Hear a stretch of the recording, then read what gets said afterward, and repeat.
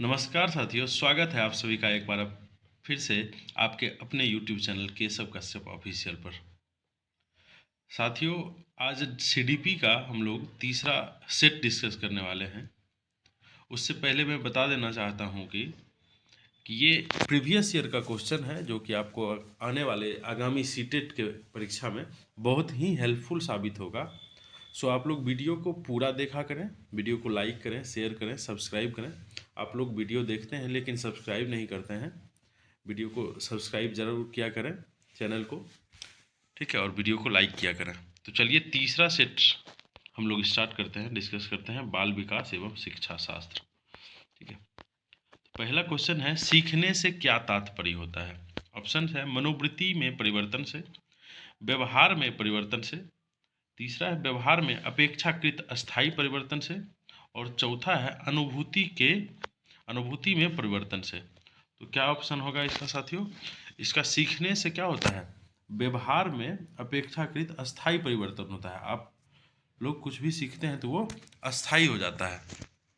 ठीक है, question number 2, शिक्षार्थियों को स्कूल सिर्फ शिक्षा ही नहीं अपितु सामाजिक मूल्यों, सामाजिक संज्ञान और सामाजिक मानकों के विषय में जानकारी देकर उनमें डैश का बीज बोता है। पहला ऑप्शन है वातावरण, दूसरा सामाजिकरण, तीसरा भौतिक संरचना और चौथा अभिप्रेरणा। ठीक है, तो स्कूल हमें सामाजिकरण भी सिखाता है, ना कि सिर्फ क्वेश्चन आंसर पढ़ाने के लिए स्कूल है। चलिए तीसरा क्वेश्चन, सीखने वाला का स्व नियमन निर्भर करता है किस पर? उसके द्वारा निर्मित नियमों पर, व्यवहारों के लिए विनिमयों का निर्माण करने पर, तीसरा अपने व्यवहार का नियंत्रण करने पर, चौथा स्वयं सीखे गए ज्ञान का अनुवीक्षण करने पर। तो इसका साथियों क्या आंसर हो जाएगा? स्वयं सीखे गए ज्ञान का अनुवीक्षण करने पर। फोर्थ क्वेश्चन, सीखने के अंतर्गत इसके फोल्डिंग दर्शाता है कि इसके फोल्डिंग है क्या? इसके बारे में क्वेश्चन है। अध्यापक द्वारा सिखाने के प्रयोग में की गई शिक्षण विधियों का, सीखने में वयस्कों द्वारा किए गए अस्थायी सहयोग को, पूर्व में सीखे गए ज्ञान की पुनरावृत्ति को, सीखने की प्रक्रिया में प्रयुक्त सहायक सामग्री की मात्रा को। तो इसका फोल्डिंग कहते हैं साथियों, सीखने में जो वयस्कों द्वारा हेल्प होता है ना, उसी को इसके फोल्डिंग किया जाता है, कहा जाता है। ठीक है, तो जो आपके टीचर हो, आपके कोई भी सीनियर हो, अगर वो सीखने में आपका क्या करते हैं, मदद करते हैं, इसके फोल्ड देते हैं, तो वो क्या है, एक तरह का आपको अस्थायी सहयोग दे रहे हैं। तो इसी को हम लोग क्या कहते हैं, इसके फोल्डिंग। ठीक है, पांचवा क्वेश्चन, समावेशी कक्षा की विशेषताएं नहीं है। क्या विशेषता नहीं है? शिक्षक द्वारा मित्रवत और आत्मीय व्यवहार का प्रयोग, ये तो विशेषता है। ज्ञान क्षमता वाले समग्र शिक्षार्थी, अलग अलग विषयों हेतु अलग अलग सहायक सामग्रियों का प्रयोग, ये भी सही है। वास्तविक तथा सतत आकलन की व्यवस्था, तो ये भी है। तो क्या हो जाएगा ऑप्शन साथियों? इसका आंसर हो जाएगा ज्ञान क्षमता वाले समग्र शिक्षार्थी।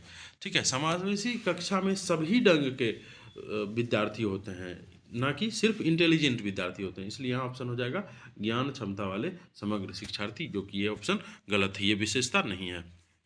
ठीक है, सिक्स्थ क्वेश्चन है, किसी परीक्षण की वह वैधता जिसके माध्यम से शिक्षार्थियों में सैद्धांतिक गुणों को मापा जाता है क्या कहलाती है? समवर्ती वैधता, रचनात्मक वैधता, भविष्यवाची वैधता और चौथा ऑप्शन है अभिसारी वैधता। तो इसका आंसर हो जाएगा साथियों अभिसारी वैधता, ऑप्शन नंबर 4। क्वेश्चन 7 है, जीन पियाजे द्वारा प्रतिपादित संज्ञानात्मक विकास सिद्धांत की। सबसे पहले तो यहाँ आपको पता चल गया कि जीन पियाजे ने कौन सा दिया है सिद्धांत, तो एक क्वेश्चन तो इसी में हो गया। जीन पियाजे द्वारा प्रतिपादित संज्ञानात्मक विकास सिद्धांत किसने दिया है? जीन पियाजे ने दिया है। कि किस अवस्था में बालक वस्तुओं को पहचानने का प्रयास करने लगता है। ठीक है, तो जीन पियाजे ने साथियों 4 स्टेज दिए हैं। ठीक है, 4 स्टेज कौन कौन सा हम लोग याद करते हैं? एस, पी, सी और एफ से। Sensory motor stage, pre concrete, concrete और फॉर्मल स्टेज। इस 4 स्टेज में जीन पियाजे ने बच्चे का अवस्था को क्या किया है, डिवाइड किया है। तो किसमें वस्तु अस्थायी तो आ जाता है, इसके बारे में ये क्वेश्चन है। तो चलिए इसका ऑप्शन देखते हैं। संवेदी प्रेरक, जो हमने अभी बताया कि सेंसरी मोटर स्टेज है। पूर्व संख्यात्मक, ये कंक्रीट हो, पूर्व संक्रियात्मक अवस्था, औपचारिक संक्रियात्मक अवस्था और अमूर्त संक्रियात्मक अवस्था। ठीक है, तो देखिए इसका क्या आंसर हो जाएगा। तो साथियों इसका आंसर हो जाएगा पूर्व संक्रियात्मक अवस्था में क्या होता है, तो बच्चे को वस्तु अस्थायित्व की ज्ञान थोड़ी बहुत आने लगती है। ठीक है, क्वेश्चन नंबर 8, जब बालक स्कूल जाने के लिए रोज की तरह स्कूल ड्रेस, जूता आदि पहनता है, किताबें लेता है, तब व्यवहारों के ये सभी संगठित क्रम कहलाते हैं क्या?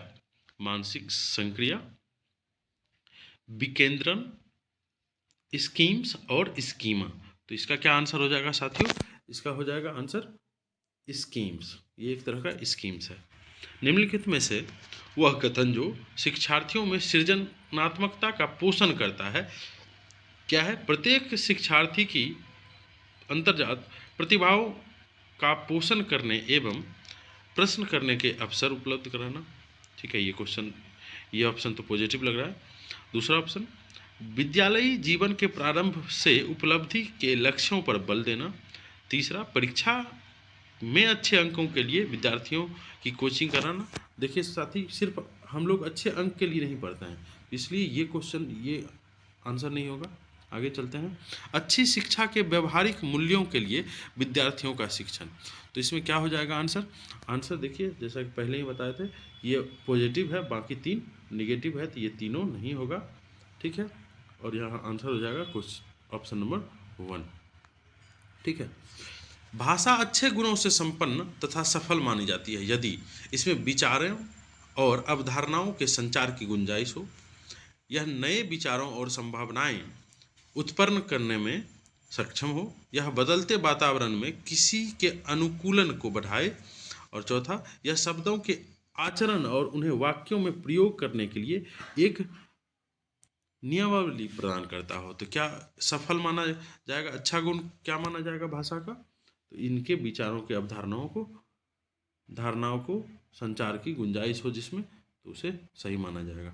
ठीक है, क्वेश्चन नंबर 11, एक शिक्षार्थी वस्तुओं को या तो बिल्कुल सही या बिल्कुल गलत के रूप में वर्गीकृत करता है। आप उसके चिंतन को किस वर्ग में रखेंगे? नगण्य चिंतन, बहुआयामी चिंतन, जटिल चिंतन और संकल्पात्मक वर्गीय चिंतन। तो कौन क्या ऑप्शन हो जाएगा साथियों? इसका ऑप्शन नंबर हो जाएगा 1, नगण्य चिंतन। ठीक, चलिए आगे चलते हैं। ये क्वेश्चन थोड़ा बड़ा है। एक परीक्षण में बहुत सारे लोगों से केवल विषम संख्या के प्रश्नों को जवाब देने के लिए कहा गया। बाद में उनसे केवल सम संख्या वाले प्रश्नों का जवाब देने के लिए कहा गया। ठीक है, पहले विषम, बाद में फिर सम। प्रत्येक व्यक्ति के दोनों अंकों की तुलना करके परीक्षणों की डैश विश्वसनीयता का पता लगाया जा सकता है। कैसा? अर्ध विभाजित, समतुल्यता प्रकार, जांच, पुनः जांच पद्धति और वैकल्पिक प्रकार। तो ये क्या है? अर्ध विभाजित है, ऑप्शन नंबर 1। जब शिक्षक शिक्षार्थी से पूछता है कि क्या वह अपने माता पिता से झूठ बोलता है, तो शिक्षक द्वारा पूछा गया यह प्रश्न क्या है? नियंत्रित, छलात्मक, आलोचनात्मक और अप्रासंगिक। क्या हो जाएगा आंसर साथियों? यहाँ पर आंसर हो जाएगा नियंत्रित। चलिए आगे चलते हैं। ठीक है, अब क्वेश्चन नंबर 14, पाठ्य पुस्तकों के विषय में कौन सा कथन अनुचित होगा? पाठ्य पुस्तकों की सहायता से निश्चित समय में विभिन्न विषयों का ज्ञान प्राप्त किया जा सकता है। ऑप्शन 2, पाठ्य पुस्तकों की सहायता से विद्यार्थी कक्षा में सुनी हुई बातों को घर पर भी समझ सकता है और पुनरावृत्ति का कार्य आसानी से कर सकता है। ठीक है, ऑप्शन 3, पाठ्य पुस्तकों से प्राप्त ज्ञान पूर्ण रूप से व्यवहारिक होता है, अतः उसकी अत्यधिक उपयोगिता है। ठीक है, और ऑप्शन नंबर 4, अधिकांशतः यह पाया जाता है कि पाठ्य पुस्तकों का प्रयोग विद्यार्थियों को रटने की प्रवृत्ति को बढ़ावा देता है। ठीक है, यहाँ पर ऑप्शन हो जाएगा साथियों क्वेश्चन नंबर 14 का ऑप्शन नंबर 3। पाठ्य पुस्तकों से प्राप्त ज्ञान पूर्ण रूप से व्यावहारिक होता है, अतः उसकी अत्यधिक उपयोगिता हमारे लाइफ में है। चलिए आगे चलते हैं। निम्नलिखित में से कौन सा विकल्प सामाजिक बुराइयों के न्यूनीकरण का सबसे प्रभावी माध्यम है? प्रभावी विधिक प्रावधान, तीव्र आर्थिक विकास, सार्वभौमिक शिक्षा, वांछित सामाजिक परिवर्तन। तो इसका क्या, क्वेश्चन नंबर 15 का आंसर क्या हो जाएगा साथियों? तो सार्वभौमिक शिक्षा, क्वेश्चन नंबर, ऑप्शन नंबर 3। चलिए नेक्स्ट 16। सामाजिक परिपक्वता की दृष्टि से एक उत्तम शिक्षा योजना है कि इन सिद्धांतों को अपनाएं कि यह कुछ अधिक बौद्धिक क्रियाओं के लिए तथा कुछ सामाजिक क्रियाओं के लिए आवश्यक है। ऑप्शन नंबर 2, कक्षा के संदर्भ में शिक्षार्थियों के अधिगम की उचित व्यवस्था की जाए। तीसरा, कक्षा के सभी शिक्षार्थियों को उचित सामाजिक योगदान देने के लिए प्रोत्साहित करना चाहिए। ठीक है, ये पॉजिटिव लग रहा है। और प्रत्येक शिक्षार्थी को व्यक्तिगत रूप से शिक्षा प्रदान किया जाना चाहिए। तो देखिए क्या करेंगे हम लोग, कक्षा के सभी शिक्षार्थियों को उचित सामाजिक योगदान देने के लिए हम लोगों को क्या करना चाहिए? प्रोत्साहित करना चाहिए। स्वकेंद्र परीक्षा प्रणाली के विषय में आपका क्या विचार है? ऑप्शन है, इस व्यवस्था में शिक्षार्थी अधिक अनुशासित रह सकते हैं। दूसरा, इससे शिक्षार्थियों को नई जगह जाकर समायोजन का कष्ट नहीं झेलना पड़ता। तीसरा, दूसरे परीक्षा केंद्रों पर शिक्षार्थी हताश होकर अक्सर अच्छा प्रदर्शन नहीं कर पाते हैं। चौथा, इससे शिक्षार्थियों को नकल की सुविधा हो जाती है। देखिए ये नकल वाला तो होगा ही नहीं, ये पहले कट गया। ठीक है, और हताश हो, ऐसा भी नहीं है कि दूसरे सेंटर पे हम लोग का एग्ज़ाम का सेंटर हो जाता है तो हम लोग हताश होकर एकदम बिल्कुल बेहोश हो जाते हैं, वहाँ भी अच्छे से एग्ज़ाम देते हैं, तो ये भी ऑप्शन नहीं होगा। ठीक है, और अधिक अनुशासित वाला भी कोई मैटर नहीं है, यहाँ एक ही ऑप्शन बचता है सही, इससे शिक्षार्थियों को नई जगह जाकर समायोजन का कष्ट नहीं झेलना पड़ता है, सिर्फ यही है। कक्षा में प्रजातांत्रिक पर्यावरण की प्रमुख भूमिका है। शिक्षार्थियों को बहुमुखी व्यक्तित्व का विकास करना, शिक्षार्थियों में अपेक्षित अभिवृत्तियों का विकास करना, शिक्षार्थियों द्वारा अपनी दुर्बलताओं का उचित मूल्यांकन, और फोर्थ ऑप्शन इज शिक्षार्थियों में स्वस्थ आदतों का विकास करना। तो क्या आंसर हो जाएगा साथियों? आंसर हो जाएगा बहुमुखी व्यक्तित्व का विकास करना, ये सबसे मेन लक्ष्य। डैश एक सार्वजनिक क्षमता है जिसके सहारे बालक उद्देश्यपूर्ण क्रिया करता है, विवेकशील चिंतन करता है तथा वातावरण के साथ प्रभावी ढंग से समायोजन करता है। तो क्या है? ऑप्शन नंबर 1 बुद्धि, मानसिक मंदता, अनुशासन और निर्देशन। तो क्या हो जाएगा आंसर? सीधा सा है, बुद्धि एक सार्वजनिक क्षमता है जिसके द्वारा बालक उद्देश्यपूर्ण क्रिया करता है, विवेकशील चिंतन भी करता है और वातावरण के साथ प्रभावी ढंग से समायोजन भी करता है। चलिए नेक्स्ट क्वेश्चन इज 20। स्किनर के अनुसार सीखने में प्रतिवादी अनुक्रिया वह अनुक्रिया है जो अस्पष्ट उद्दीपन द्वारा उत्पन्न होती है, अस्पष्ट उद्दीपन द्वारा उत्पन्न होती है, ऐच्छिक रूप से वाले उद्दीपन द्वारा उत्पन्न होती है और इन सभी के द्वारा उत्पन्न होती है। तो इसका क्या आंसर हो जाएगा साथियों? 20। अस्पष्ट उद्दीपन द्वारा उत्पन्न होती है। स्किनर के अनुसार सीखने के प्रतिवादी अनुक्रिया अस्पष्ट उद्दीपन द्वारा उत्पन्न होती है। ठीक है, क्वेश्चन नंबर 21। शिक्षक के मानसिक स्वास्थ्य का अध्ययन करना आवश्यक है क्योंकि छात्र शिक्षक को ठीक प्रकार से समझ सकते हैं, शिक्षक की प्रतिष्ठा बनी रहती है, छात्र के शैक्षिक विकास पर शिक्षक के मानसिक स्वास्थ्य का प्रभाव पड़ता है। ठीक है, ऑप्शन 4, शिक्षक के स्वाभिमान को ठेस नहीं पहुँचे। तो अब क्या है क्वेश्चन? शिक्षक के मानसिक स्वास्थ्य का अध्ययन करना आवश्यक है। ठीक है, क्यों अध्ययन करना आवश्यक है? ये इसलिए ये क्वेश्चन ये कह रहा है ताकि छात्र के शैक्षिक विकास पर शिक्षक के मानसिक स्वास्थ्य का प्रभाव पड़ता है, इसलिए पहले जांच लेना चाहिए कि जो हमारे टीचर हैं वो स्वस्थ हैं, उनका मानसिक हालत बिल्कुल स्वस्थ है, ताकि बच्चे का भी अच्छे से विकास हो पाए। प्रतिभावान लड़की घर में बैठना कम पसंद करती है तथा अधिक क्रियाशील तथा झगड़ालू होती है। यह कथन किसका है? ट्रो का है, स्किनर का है हीली का है और वुडवर्थ का है। तो साथियों ये कथन किसका है? ट्रू महाशय का ये कथन है। निम्नलिखित में से किसने कहा है कि विकास परिवर्तन श्रृंखला की वह अवस्था है जिसमें बालक भ्रूणावस्था से लेकर प्रौढ़ावस्था तक गुजरता है, विकास कहलाता है? ठीक है, ये किसने कहा है? हॉरलॉक साहब ने, मुनरो साहब ने, और जेम्स ट्रेवर साहब, और option number 4 none of the above. तो क्या हो जाएगा आंसर साथियों? आंसर हो जाएगा ये मुनरो साहब ने कहा है कि विकास की जो परिवर्तन श्रृंखला है उसमें बालक भ्रूणावस्था से लेकर प्रौढ़ावस्था तक गुजरता है। ठीक है, असल में विकास जो होता है वो क्या होता है?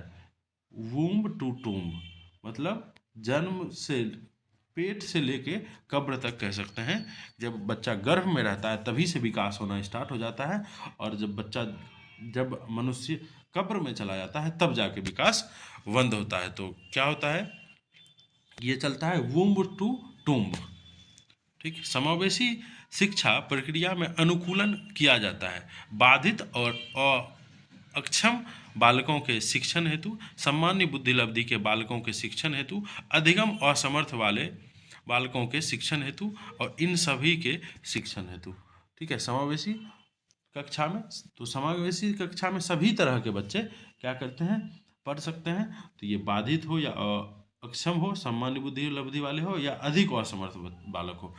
ठीक, तो इसका आंसर हो जाएगा ऑप्शन नंबर 4, इन सभी के शिक्षण हेतु। नेक्स्ट क्वेश्चन इज, जब शिक्षार्थी अपने विशेष प्रशिक्षण एवं बुद्धि के फलस्वरूप किसी विशेष क्षेत्र में ज्ञान अर्जित करने का दावा करता है तथा उसके इस दावे की जांच की जाती है, किसके द्वारा? उपलब्धि परीक्षण द्वारा, वस्तुनिष्ठ प्रश्नों द्वारा, निबंधात्मक प्रश्नों द्वारा, और खुली किताब परीक्षा द्वारा। तो क्या होगा? जब शिक्षार्थी अपने विशेष प्रशिक्षण एवं बुद्धि के फलस्वरूप किसी विशेष क्षेत्र में ज्ञान अर्जित करता है, तो करने का दावा करते हो, तो इस दावे की जांच की जाती है। किसके द्वारा जांच की जाती है?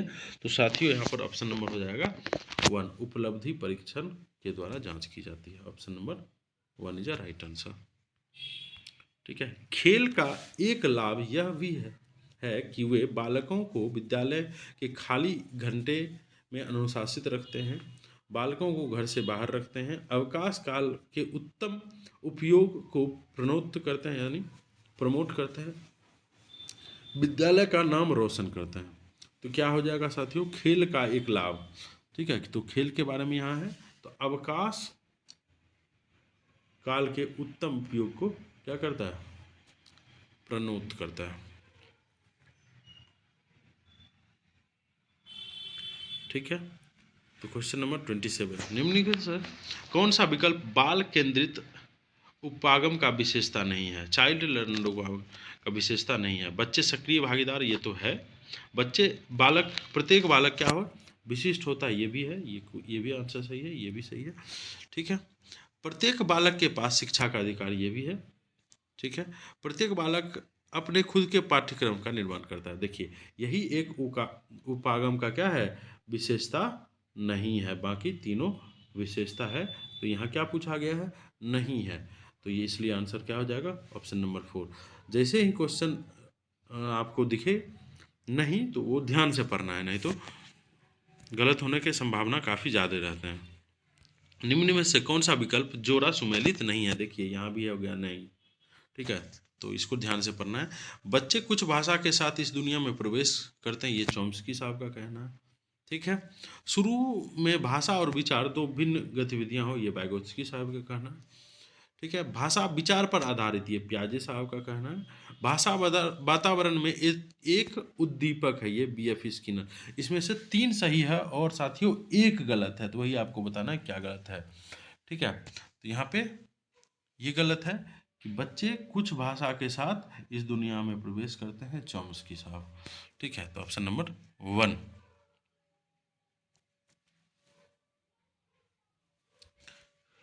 ये सेकेंड लास्ट क्वेश्चन है साथियों। निम्न में से अधिगम के संबंध में सही है, क्या सही है? अधिगम सार्वभौमिक है और जीवन भर चलता है। ठीक है, ये तो पॉजिटिव लग रहा है, देखते हैं आगे। अधिगम विकास एवं परिवर्तन दोनों है। अधिगम उद्देश्यपूर्ण एवं सक्रिय होता है, उपरोक्त सभी। तो ये सारा का सारा देखिए ऑप्शन पढ़ के ही समझ में आ रहा है कि अधिगम के बारे में जो भी लर्निंग के बारे में दिया हुआ है, ये तीनों ऑप्शन क्या है, पॉजिटिव दिया गया है, इसलिए आंसर हो जाएगा उपरोक्त सभी। ठीक है साथियों, आज के प्रैक्टिस सेट का ये आखिरी सवाल है। वीडियो अगर आपको पसंद आए, हेल्पफुल लगे, तो आप वीडियो को ज़रूर लाइक करें, ज़रूर सब्सक्राइब करें चैनल को, शेयर भी करें अपने अपने स्टडी ग्रुप में, जितने भी व्हाट्सएप ग्रुप हैं, टेलीग्राम है, सभी पे शेयर कर दें, ताकि हम भी आपके लिए अच्छा अच्छा क्वेश्चन ढूंढ के लाएं। और इसी तरह से निरंतर जब तक कि परीक्षा नहीं हो जाता है, ये सीरीज चलता रहेगा।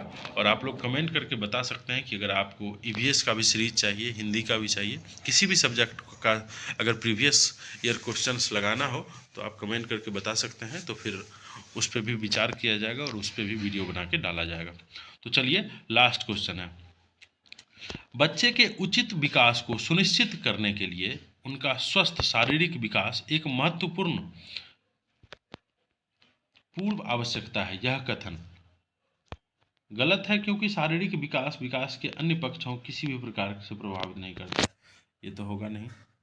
गलत हो सकता है, क्योंकि विकास नितांत व्यक्तिगत मामला है। ये भी नहीं होगा। सही है, क्योंकि विकास क्रम में शारीरिक विकास सबसे पहले स्थान पर आता है। सही है, क्योंकि शारीरिक विकास विकास के अन्य पक्षों के साथ अंतर संबंधित है। देखिए, पहले क्रम में भी नहीं आता है, तो इसका आंसर क्या हो जाएगा साथियों? इसका आंसर हो जाएगा कि सही है, क्योंकि शारीरिक विकास विकास के अन्य पक्षों के साथ अंतः संबंधित है। तो इसलिए ये आंसर हो जाएगा ऑप्शन नंबर 4।